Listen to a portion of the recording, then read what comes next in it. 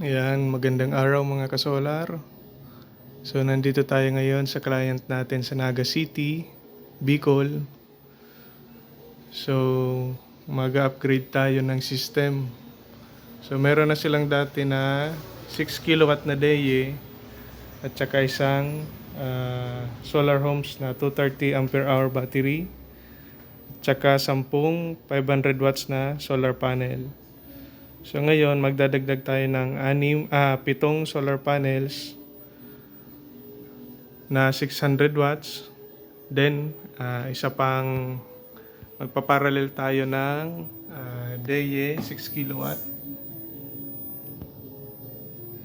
Yan, hindi nagpo-focus. Yan. Tapos mag-a-add din tayo ng 2 battery. So, ipaparallel natin yung 3 battery. Ayan. Ito yung 2 battery.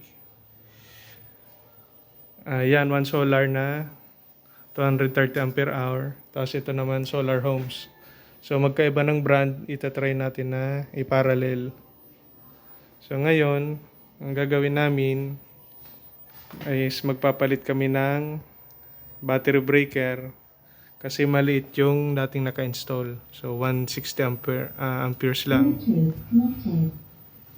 Then, ito yung ipapalit natin na battery combiner. 225 amperes. So, kaya niya is hanggang 5 battery. Yan. Kikita nyo naman dyan. Yan. Then, magre-rewire din tayo.